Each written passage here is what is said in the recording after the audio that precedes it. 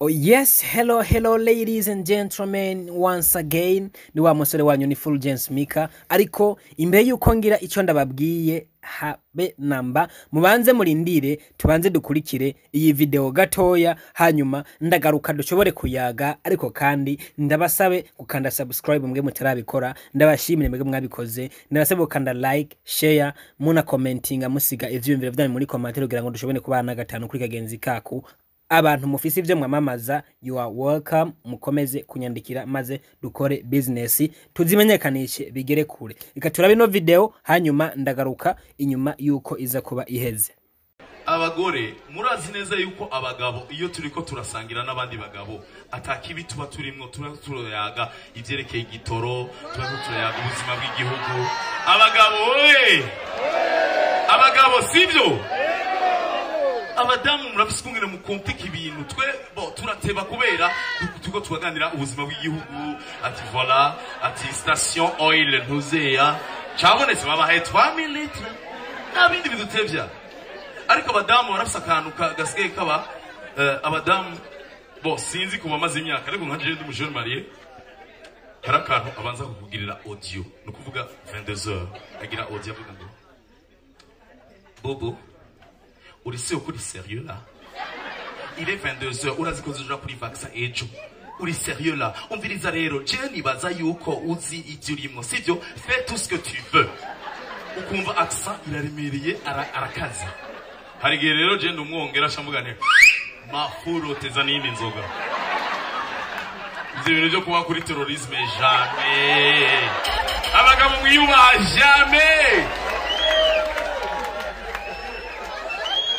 Tugana twiyongera ya kabiri, ya gatatu, minuit umuriro uramanuka. Atatangura gucya.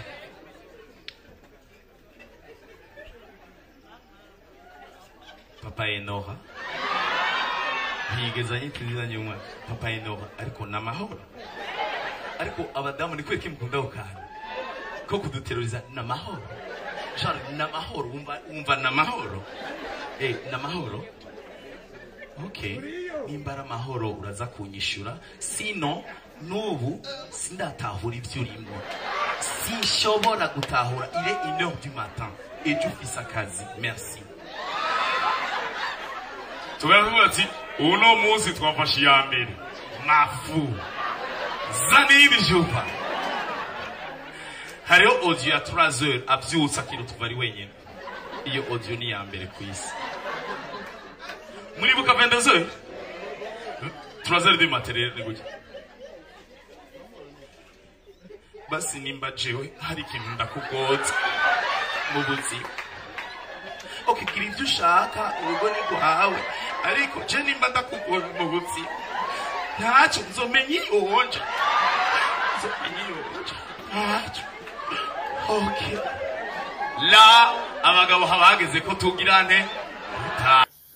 Oh yes, ladies and gentlemen, nkuko mubibonye uyu yari Mr. Kigingi. Kigingi rero bantu b'Imana, ikintu tugiye kumwigira ko ni ibintu byinshi cyane. Tugomba twigire kuri Kigingi.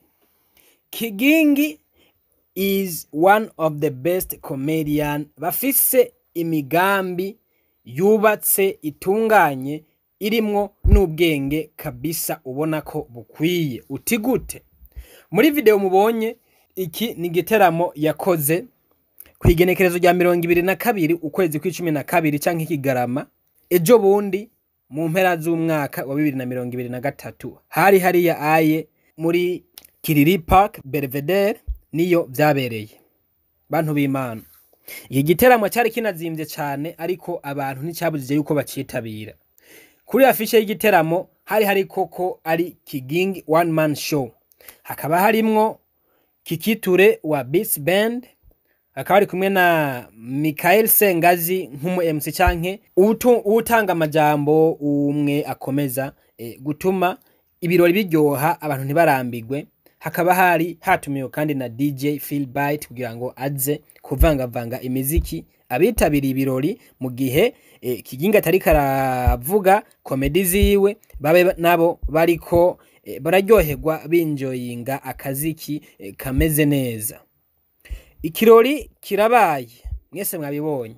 Kigingi yakoze show nyinshi kandi nibaze ko mu bantu maze kuza mu biteramo bya Kigingi ni nta makemwa, ni nta gasembwa muri make. Nta kibazo sinzi oya, nta kibazo kabisa kiraba. Ati rero ngomba kuvuga iki? Murundi kazi. Whether you are talented or not, ivyo nibikuraba. Ndavuze nti nimba ufise ingabire Imana yaguhezagije canke atayo ufise, ivyo oye reka tubishire apart.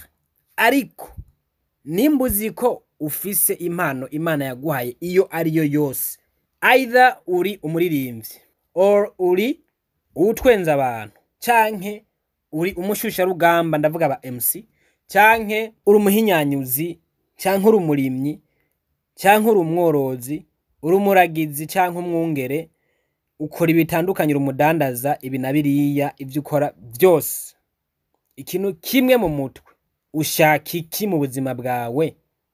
Wipfuza kugera hehe? Byogenda gute kugira ngo ibintu byawe bitere imbere? Mbega uzobikora uri wenyene? Uzokenera gukorana n'abandi? Ivyo mu mutwe wawe bishireyo. Ukabuzi yuko hari umuntu ukeneye kugira ngo mukorane, murondere kugira ngo ibintu byawe bigende neza. Impamvu ndiko ndababwira ibi, je maze iminsi nitegereza kuva ntangura kwiyumvamwo ibi bintu nkora. Nagiye ndaba ibintu byinshi bya Kigingi ukuntu biba bitunganije, n'abandi benshi ntashimye kuvuga kuri uno munsi, ariko nabo barahari, suko batari ahubwo barahari kandi benshi. Jewe nashoboye kuvuga kuri Kigingi kuko ari we maze iminsi ndabira ko byinshi. Nimba uzi ko hari ibintu ukeneye runaka, bantu b'Imana, please gerageza utegure gahunda, uvuge ati je nkeneye gukora ibi nibi, nkeneye ko bizogenda ukunuku, mbega ibi bintu kugira ngo bigende neza nkeneye gukorana nande, mbega ibintu kugira ngo bigende neza nkeneye iki niki, nkeneye kubikorera hehe. Ibyo niba mara kubibona byose, ibintu bizogenda neza. Niba bishira ku murongo, ibintu byawe bizogenda neza. Niba menya agaciro k'ibintu ukeneye gukora canke ibintu uri kurakora, ibintu byawe bizogenda neza, kuko uzorondera aba partenaire canke abafatanya bikorwa banyabo, babandi bazi ico ukeneye, bazi igikenewe. Iki giteramo ndabasubiriyemwo, wariha ibihumbi 100 kwinjira, bagaca baguhamwe imfungurwa, ibinyobwa ntibirimwo. Kandi rero ku bantu bose bashoboye kwinjira nkuko meje kubibona muri video mwaravye kabisa, ntibidoze, byari ibirori bimeze neza, ibintu bitunganye bimeze fresh, abantu bararyohewe, bigenda neza. Ntagaruka ngira nti Kigingi ibiteramo byose yakoze hanze y'igihugu, ndavuga mu Rwanda niho yagiye guhera kera, araza aratwereka za Kigingi Summer Comedy, arakora n'izindi. Iye yari yitwa Ntwenza nanje, niyo yarangije umwaka. Yakoze vyinshi, muravyibuka atembera mu Birigi, mu Faransa, yagiye henshi, aheruka muri Canada. Ukuntu yabikoze benshi turakwiye kuvyigira ko akarorero, ariko aha ndiko ndabwira babandi turi kumwe muri iki gisata cha entertainment, kugira ngo dukuze Uburundi bwacu tumenyekanishe bushike kure hashoboka. The guy rero mwihweje neza ibirori yakoze kabisa, muca mubona ko ari professionnel birenze kabisa, ari professional bya hatari. Ikintu cyawe rero nashaka kugira professionnel, nta kizobuza udatera imbere. Iterambere n'ukuri rizoza mbere rigusanga aho uzoba uri hose. Hari ukuntu abantu mushiramwe amaranga mutima muri business, ndabibuze bijya ibintu vrema mubigabanye kugira ngo ibintu byanyu bishobore gutera imbere. Guys, ku majambo mvuze suko ndo muhinga canke suko ndo munyabwenge, ahubwo nuko nanje numva umengo hari cyo nari kuvuga kugira ngo kumbure wewe nanje dushobore kuraba, turimbure neza ku byavuzwe n'ibyabaye, tumenye what we need or what do we want for real. Ni byinshi bigendeba mu buzima, ariko dukomeze kwihangana, dukore ibintu dushizemwe ubwenge bwinshi kugira ngo dushobore gutera imbere. Reka ndagushimire wakoze subscribe kuri Fulgence Mika YouTube channel, uwumva niwe Fulgence Mika mwijwi. Hanyuma ndagusaba gukanda like, comment, share kugira ngo udufashe kuduza urubuga rwacu no gushobora gushika kure hashoboka, maze gukora business. You are welcome, dufashe kwamamaza business yawe imenyekane. Raba nimero muri description zirimwo, hanyuma dushobore kuyaga duhuza. Ukeneye kuduterera ivyumviro canke uburyo byose birashoboka. Inimero zirahari ngaho muri commentaire cyangwa muri description, byose niho bibarizwa. Reka ndagushimire wiwe ukomeza kubana nanje, ukanzi subscribe wibuke gufungura agakengera kugira ngo video dushize ko uzobe mu bambere kuyibona. Thank you so much, Imana ibahezagire. Ciao ciao, mwakoze.